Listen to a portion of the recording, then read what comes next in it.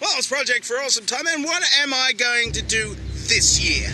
The Climate Council!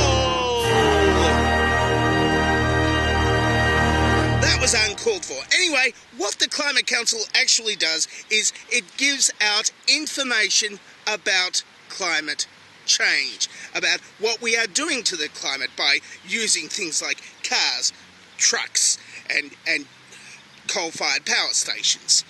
Now, this is important because it helps us, well, it sort of helps us decrease world suck by telling us that we're making the world suck and how to stop the world from sucking.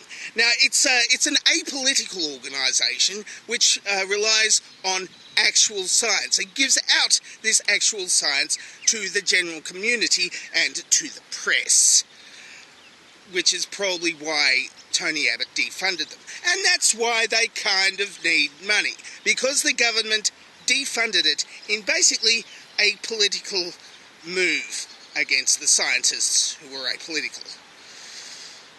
See, the problem here is that there's a lot of people who are trying to spread disinformation. The big money interests who have the coal and the oil and the natural gas and want to keep on selling it to people, even though it's kind of destroying our atmosphere and changing the climate. Now, they do things like spread disinformation. For example, there was one little infographic that I saw on Facebook that said,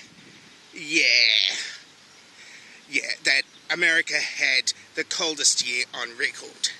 This is highly misleading because we know why America had a cold year last year, and it was due to the fact that the North Pole had a lot of air currents going up to the North Pole and forced all the cold air down out of the North Pole and straight to Milwaukee, more or less. Milwaukee-ish. Milwaukee adjacent, at least. And that caused the whole of a lot of the United States to get a little bit colder. And the rest of the world was getting hotter and hotter. Here's a chart.